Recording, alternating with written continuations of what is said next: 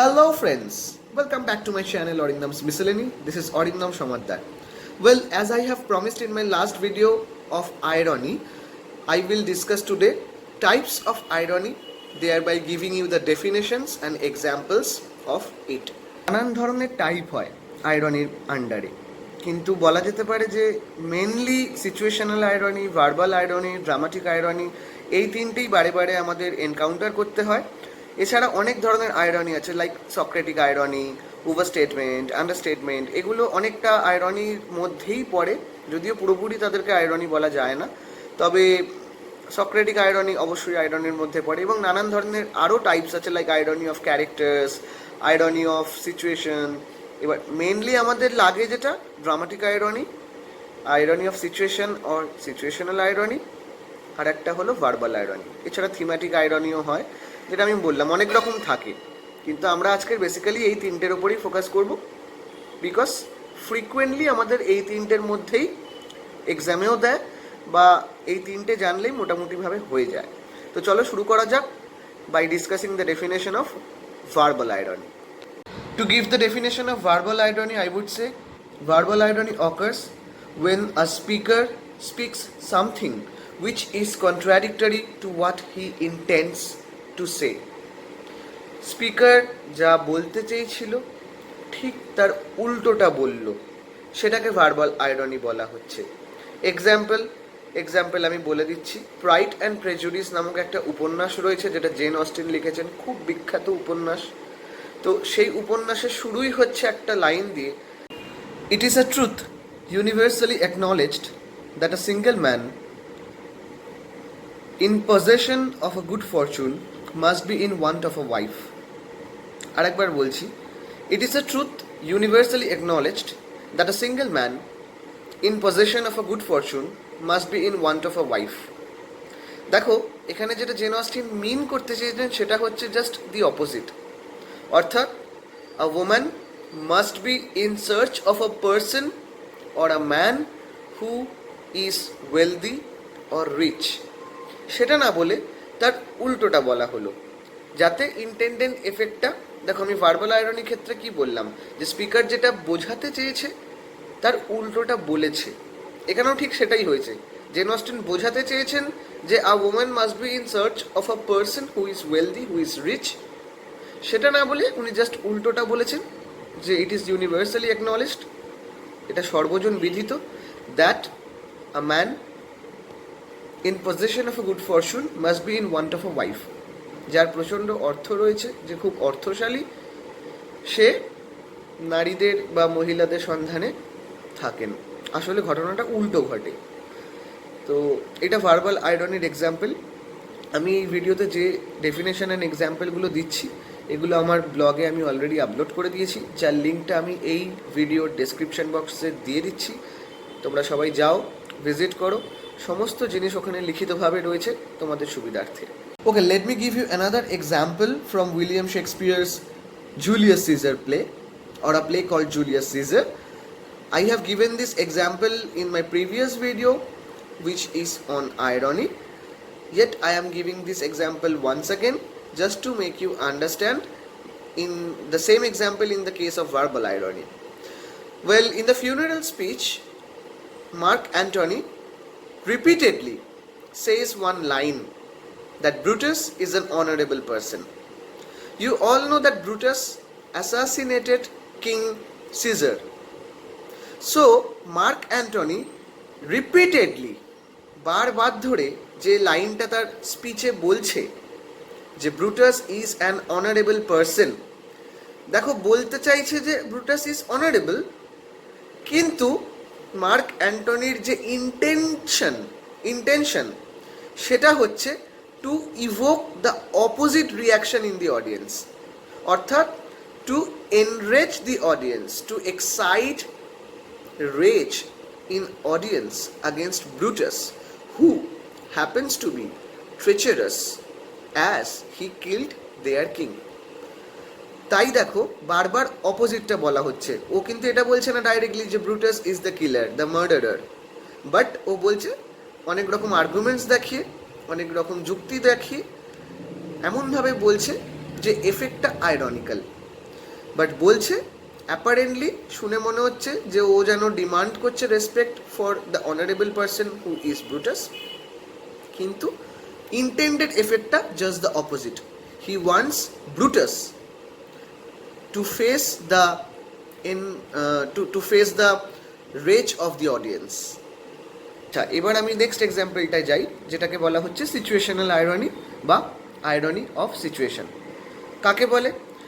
Situational irony is when we expect one thing to happen but the opposite happens instead. অর্থাৎ যে পরিস্থিতিতে যেটা হবে বলে আমরা আশা করি কিন্তু তার উল্টোটা ঘটে, এটাকে বলছে সিচুয়েশনাল আয়রনি। এক্সাম্পল কি? এক্সাম্পল ধরো, প্রাইড অ্যান্ড প্রেজুডিস থেকেই এক্সাম্পল দিচ্ছি। একটা জায়গা আসে বা একটা মুহূর্ত আসে যেখানে এই উপন্যাসের যে মেল প্রোটাগনিস্ট তার নাম হচ্ছে ডার্সি আর ফিমেল প্রোটাগনিস্টের নাম হচ্ছে এলিজাবেথ।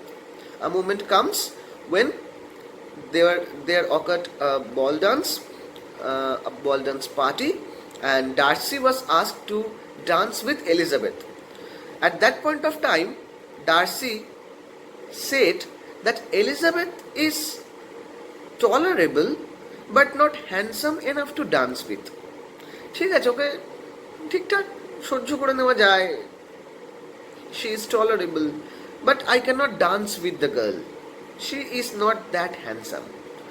এই জিনিসটা যে মানুষটা আউট অফ প্রাইড বলেছিল, দেখা যায় in the latter part of the novel this person falls in love with this particular girl. এই মেয়েটারই প্রেমে পড়ে যায় ডার্সি। খুব অদ্ভুত ব্যাপার। তাহলে যে পরিস্থিতিতে দাঁড়িয়ে ডার্সি এই কথাটা বলেছে, দেখা যায় উপন্যাসের পরবর্তী অংশে যে এই লোকটাই এই মহিলারই প্রেমে পড়ে যায়, যে মহিলাকে একসময় তার টলারেবল মনে হয়েছিল কিন্তু not handsome enough to dance with. This is a good example of situational irony. একটা খুব কন্টেক্সচুয়াল এক্সাম্পল দিচ্ছি, মানে খুব রেলেভেন্স খুঁজে পাবে এরকম একটা সহজ এক্সাম্পল দিচ্ছি। ধরো এই কোভিড-19 প্যান্ডেমিক পিরিয়ডে যে এক্সাম হবে না বলেই আমরা ফাইনাল ইয়ার ব্যাচের ছেলেমেয়েরা সবাই ধরে নিয়েছিলাম। স্বাভাবিক বলে এটাই মনে হয়েছিল যে এরকম পিরিয়ডে অবভিয়াসলি কেউ বাইরে গিয়ে পরীক্ষা দিতে পারবে না, হয়তো পরীক্ষা ক্যান্সেল হয়ে যাবে বা পোস্টপোন হয়ে যাবে, কিছু একটা হওয়ার কথা আমরা নিশ্চিতভাবেই ভেবে নিয়েছিলাম এরকম পরিস্থিতির বিচার করে। কিন্তু দেখা গেল ইউজিসি বলছে যে পরীক্ষা দিতেই হবে বাধ্যতামূলকভাবে। তাহলে দেখো, এটা কিন্তু আমরা এক্সপেক্ট করেছিলাম যে এরকম সিচুয়েশানে স্টুডেন্টদের কোনো রকম ফোর্স করা হবে না পরীক্ষা দেওয়ার জন্য, বাট কি ঘটলো? আমাদের এক্সপেকটেশনের ঠিক উল্টোটা। ইউজিসি ফোর্স করছে স্টুডেন্টদের পরীক্ষা দেওয়ার জন্য during this pandemic without caring about the lethal consequences that may take place in case of any student or his or her family members.